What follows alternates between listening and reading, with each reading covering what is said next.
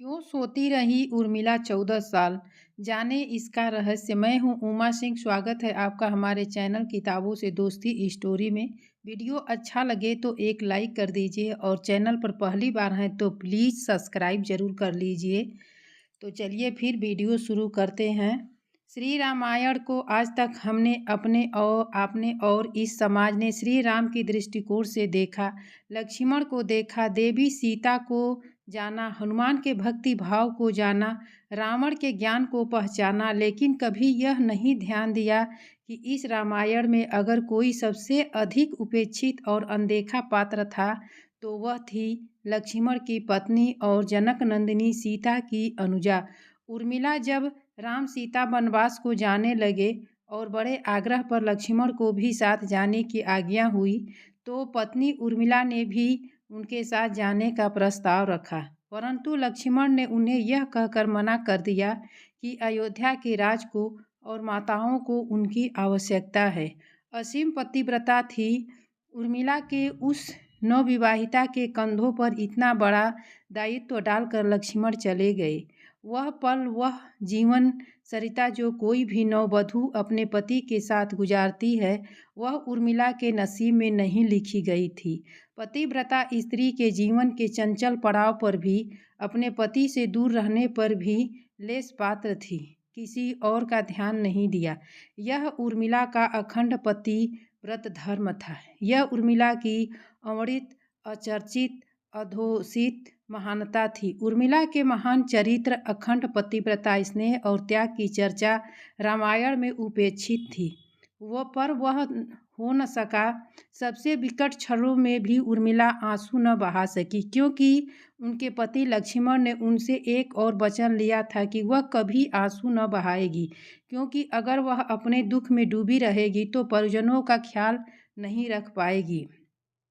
यह कोई कल्पना कर सकता है कि अपने पति को 14 वर्षों के लिए अपने से दूर जाने देना और उसकी विदाई पर आंसू भी न बहाना किसी नवविवाहिता के लिए कितना कष्टकारी हो सकता है। कितना हृदय विचारक पल था जब वह परम पूजनीय महाराज दशरथ स्वर्ग सिधार गए, पर वचन के समान रखने के लिए उर्मिला तब भी न रोई।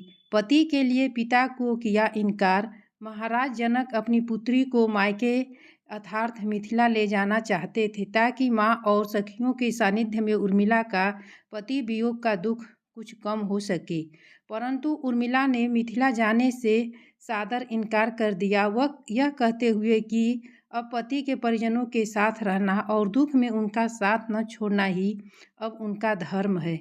14 वर्षों तक सोती रही।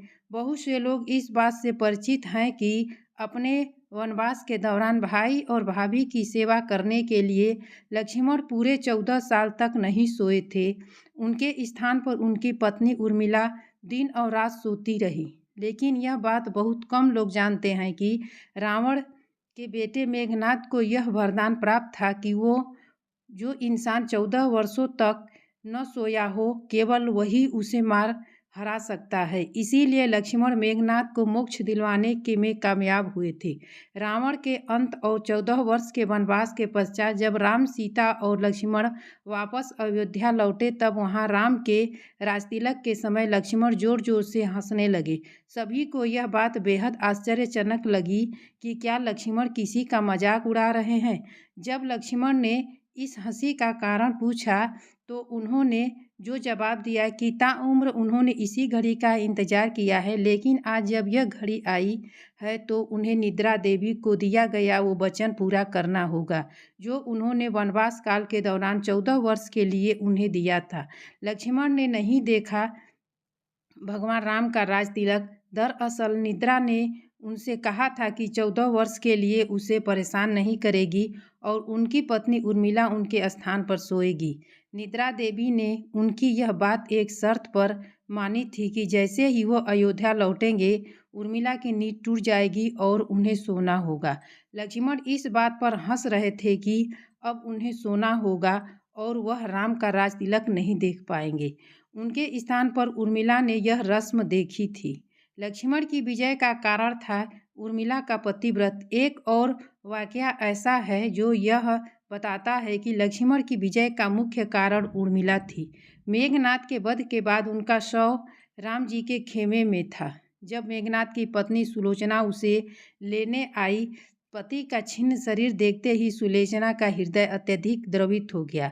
उसकी आंखें बरसने लगी। रोते रोते उसने पास खड़े लक्ष्मण की ओर देखा और कहा, सुमित्रा नंदन, तुम भूलकर भी गर्व मत करना। मेघनाद का वध मैंने किया है। मेघनाद को धराशायी करने की शक्ति विश्व में किसी के पास नहीं थी। यह तो दो पतिव्रता नारियों का भाग्य था। अब आप सोच में पड़ जाएंगे कि निद्रा देवी के प्रभाव में आकर अगर उर्मिला 14 साल तक सोती न रही तो सास और अन्य परिजनों की सेवा करने का लक्ष्मण को किया वादा उन्होंने कैसे पूरा किया। तो उत्तर यह है कि सीता माता ने अपना एक वरदान उर्मिला को दे दिया था। उस वरदान के अनुसार उर्मिला एक साथ 3 कार्य कर सकती थी। दोस्तों, यह कहानी कैसी लगी? अच्छा लगा हो तो प्लीज़ कमेंट में एक बार जय श्री राम लिखिएगा और चैनल पर पहली बार है तो प्लीज़ चैनल को सब्सक्राइब कर दें और लाइक कर दें। और आपका दिन अच्छा हो, खुश रहे, स्वस्थ रहे और मस्त रहे।